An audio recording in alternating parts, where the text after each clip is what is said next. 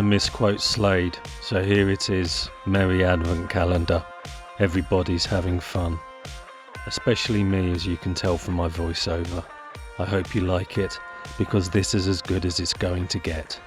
This is the 10th and probably the last calendar I'm going to do. I've talked more about Lego Advent calendars than anyone over 8 years old should have done, so best go out with a bang, not a whimper, and if not a bang, at least a pop. A huge thank you to Owen Kidd for sending me the city calendar, a kind donation gratefully accepted. Massive appreciation and thanks also to Jim Suplex for kindly allowing me to use his amazing music in my stupid videos. As before, it's a battle between Star Wars, Marvel, Harry Potter and Lego City. Each day 10 points will be available for the build or quality of minifigure, 10 points for the festive joy it brings, and 10 overall. Bonus points can also be given for something I especially like, or struck down with biblical vengeance when it's something shit. Huh? I think we have a problem. Ow! Roger.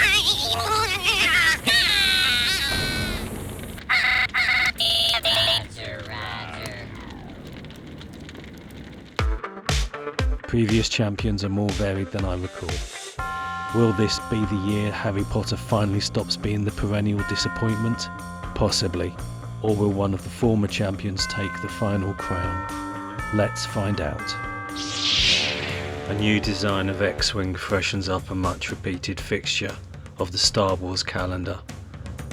If I'm honest, I feel the old version is slightly better in terms of accuracy, but this is still charming. Maybe the Lego group are shaving off a couple of pence in parts with this shorty version.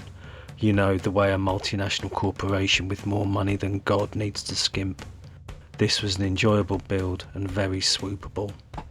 The problem is, it's not in the slightest bit festive. The joy this microfighter brings is not down to the warmth of the season. I'm bringing in a new category this year just for day one, and that's box art. The Star Wars one is fine. If it had just been the Hoth backdrop, that would have been lovely and scored higher, as it's wintry and reflects the IP. It's just a bit messy. Overall, a decent start for Star Wars, lacking in the spirit of the season, but I'll always reward an actual toy popping out of a calendar. Marvel, a Spider-Man minifig. An incredibly generic Spider-Man minifig. Scoring the build for minifigs always comes down to two things, quality and originality. The quality is definitely here, but it falls on its up for originality. Having the standard issue Spidey that's currently in sets appear in a calendar is not floating my pedalo. A pizza box, fine, the old web slinger loves a slice of Tsar. And what is the other thing? I'm guessing a web shooter, but it looks more like an icing bag. Clearly Peter Parker fancies a crack at Star Baker on the Great Marvel Bake Off. I'm going to give Spider-Man a pity point for the red of the suit. They could at least have thrown in a scarf to make it a notch more wintry. I really like this box art. I think it's Peter Parker's apartment and it looks very festive with the New York skyline in the background. It doesn't suffer the too much going on mess of Star Wars either. Less can be more, as I've been telling my wife for years. Overall, as the poet and philosopher Yaz said when she was still with the plastic population, the only way is up, baby. God, I need to update my pop culture references. Harry Potter, a Harry Potter minifig. Again, this is a fairly generic minifig, but I'm more sympathetic to this one. The inclusion of a double-sided head helps, along with a printed scarf. That scarf is doing a lot of heavy lifting in terms of festive cheer. It may be a scarf for House Gilgamesh or Gyllenhaal or whatever it is, but it nods at winter, which helps. That box art though, that's bloody lovely. Genuinely beautiful looking backdrop. A very festive warm scene, but also on brand. This is a solid, albeit unspectacular start. Here's hoping for better days to come. I really would like Harry to deliver this year.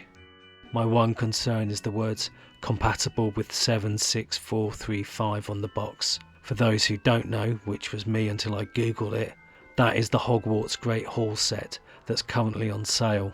I find it always a little bit cynical driving kids towards another set, but hopefully the calendar will be able to stand on its own merits. At the very least, the calendar Harry figure is different to the one in the other set. Lego City, a snowboarder minifig. This is a bit more like it. A lovely festive jumper which combines the theme and the season. That's always a winner for me. And different options on headgear, plus the snowboard, that's just great. Off the shelf parts to be sure, but they make sense. An instant addition to my winter village if I ever get round to building it this year. The box art is wonderful. It's as perfect a festive scene as you could hope to see. Full on Bedford Falls and there's no higher praise. Overall, like the Postie, City always delivers. Unlike the Postie, it delivers on a Sunday. Lego City take the victory today with a very festive minifigure, but Harry Potter coming in second hopefully indicates where his calendar is going to go this year. In this annual snowball fight between the calendars, it's first ball into City. Bloody hell, that's a turn of phrase. 1 day down, 23 to go.